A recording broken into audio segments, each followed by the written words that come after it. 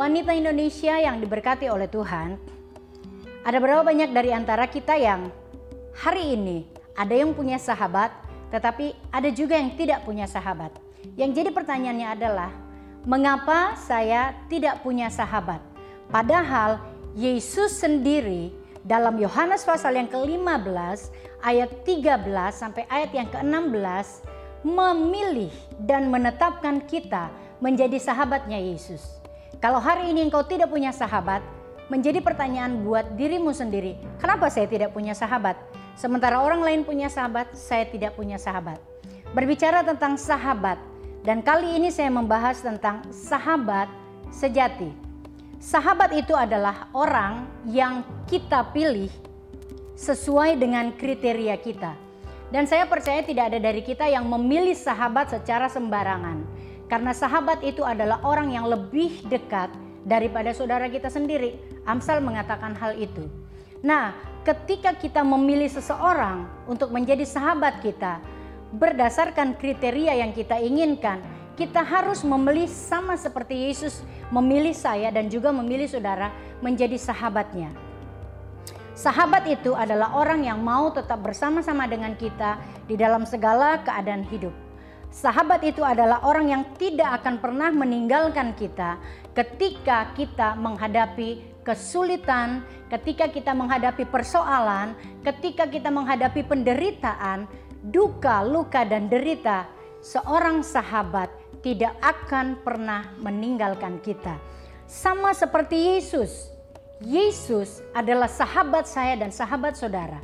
Dan ingat baik-baik, Yesus itu tidak pernah dan tidak akan pernah meninggalkan kita sedetik pun. Apalagi kalau kita dalam keadaan yang susah, apalagi kalau kita dalam keadaan menderita, jangan pernah berpikir atau bertanya, Tuhan engkau ada di mana? Yesus engkau ada di mana?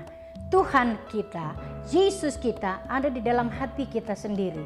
Karena apa? Karena Yesus sahabat kita tidak pernah meninggalkan kita. Nah, yang menjadi pertanyaannya adalah, apakah kita melibatkan Tuhan? Apakah kita melibatkan Yesus yang adalah sahabat sejati kita dalam segala aspek kehidupan kita? Jangan libatkan sahabat kita, jangan libatkan Yesus dalam hidup kita hanya ketika kita lagi susah. Kita cari Tuhan, kita libatkan Tuhan, kita berseru kepada Tuhan ketika kita susah. Pada waktu kita senang pun, kita harus tetap melibatkan sahabat kita. Kita harus tetap berada bersama-sama dengan orang-orang yang kita sebut sebagai sahabat. Karena itu yang Yesus lakukan. Yesus bersama dengan saya dan saudara di setiap musim hidup kita.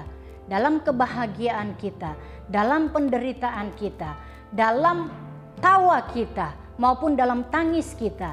Yesus sebagai sahabat sejati kita tidak pernah sedetik pun meninggalkan kita. Nah, hari ini mari tetap mendekatkan dirimu kepada Yesus sebagai sahabat sejati saya dan saudara. Percaya ada kekuatan, ada penghiburan, ada pertolongan yang akan diberikan oleh Yesus sebagai sahabat yang tidak pernah meninggalkan saya dan saudara. Diberkatilah engkau wanita Indonesia, kalau engkau mengandalkan Tuhan, selalu melibatkan Tuhan dalam setiap aspek hidupmu. Puji Tuhan.